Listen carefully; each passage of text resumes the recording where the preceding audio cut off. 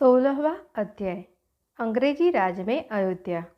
हम ऊपर लिख चुके हैं कि मुसलमान राज्य में अयोध्या अधिकांश मुसलमानों का निवास हो गया था और सरयू तट पर लक्ष्मण घाट से चक्र तीर्थ तक मुसलमानों के मोहल्ले अब तक विद्यमान है।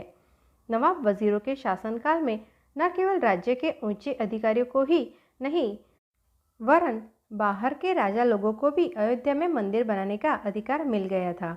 अंग्रेजी राज्य के आते ही मुसलमानों की प्रतिष्ठा घट गई और यद्यपि आजकल कभी कभी उनके कारण उपद्रव खड़ा होता है, परंतु अब के अधिकांश दरिद्र है और दुकानदारी करके जीविका निर्वाह करते हैं। इसके प्रतिकूल हमारी 60 वर्ष की याद में अयोध्या में बड़ा परिवर्तन हो गया है। इसमें संदेह नहीं कि अत्यंत प्राचीन नगर होने के कारण यहाँ मनुष्य जीवन की प्राकृतिक सामग्री कुछ घट सी गई है और गृहस्थ यहाँ पनपते ही नहीं।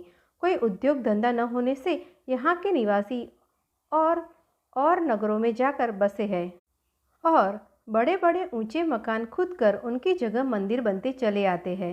सरकार अंग्रेजी के प्रबंध में सकड़ी गलियों चौड़ी कर दी गई और पक्की सड़कें बनाई गई है और यात्रियों के सुख के लिए कोई बात उठा नहीं रखी गई।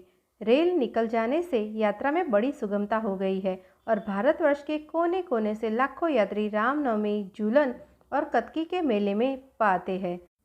भारतवर्ष के और प्रांतों के राजा महाराजाओं ने बड़े बड़े मंदिर बनवा दिए और प्रतिवर्ष अनेक मंदिर बनते चले आते हैं।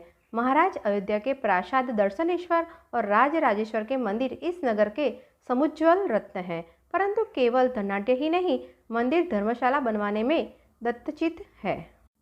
फैजाबाद के कायस्थों ने धर्महरी के पुराने मंदिर के स्थान पर एक बड़ी धर्मशाला बनवा दी है।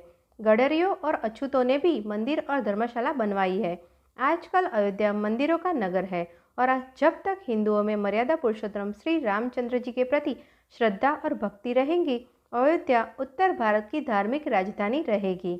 आवश्यकता केवल इस बात की है कि इस स्थान का शासन ऐसे हाकिमों के हाथ में रहे जो पक्षपात रहित होकर सनातन धर्मियों से सहानुभूति रखे।